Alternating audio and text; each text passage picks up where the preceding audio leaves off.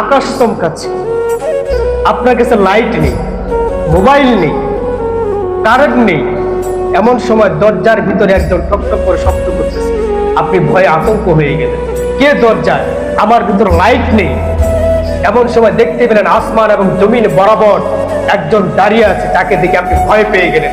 এমনিতে আমার কাছে লাইট নেই, সে এসেই যখন আপনার বুকের ভিতরে হাত দিল, মনে হচ্ছিল বুকটা ছিঁড়ে খান খান হয়ে যাচ্ছে।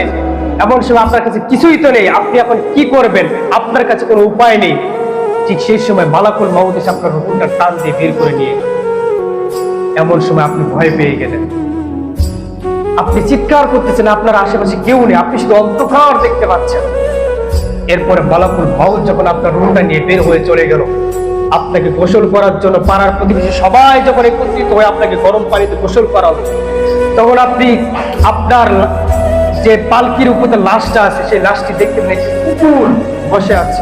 কিছুক্ষণ পর পর সেটা চেঞ্জ হয়ে যাচ্ছে, কিছুক্ষণ পরে দেখতে পাচ্ছেন সেটি কুকুর না, সেটি শুকুর হয়ে আছে।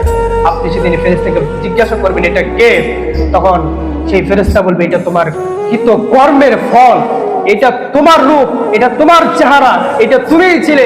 তুমি দুনিয়ার জমিনে কুকুরের মতো শুকুরের মতো চলাফেরা করেছিলে, বিদায় আজকে তোমার মানুষের রূপ চেঞ্জ করে তোমাকে আজকে কুকুরের মতো শুকুরের মতো তোমাকে আজকে এখানে রাখা হয়েছে।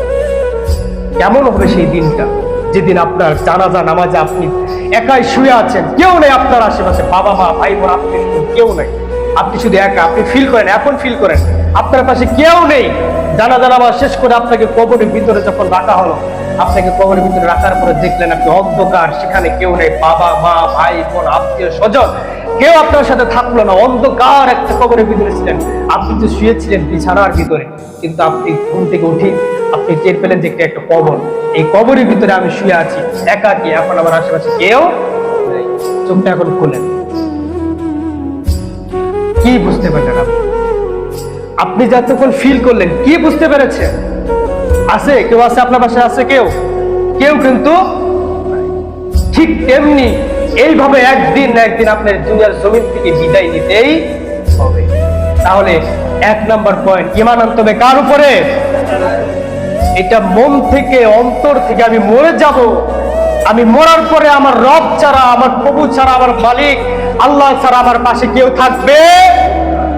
কিসের টাকা, কিসের পয়সা, কিসের ধন দৌলত, কিসের বাবা মা, কিসের পথ পদবি, কেউ যাবে না আপনার সাথে।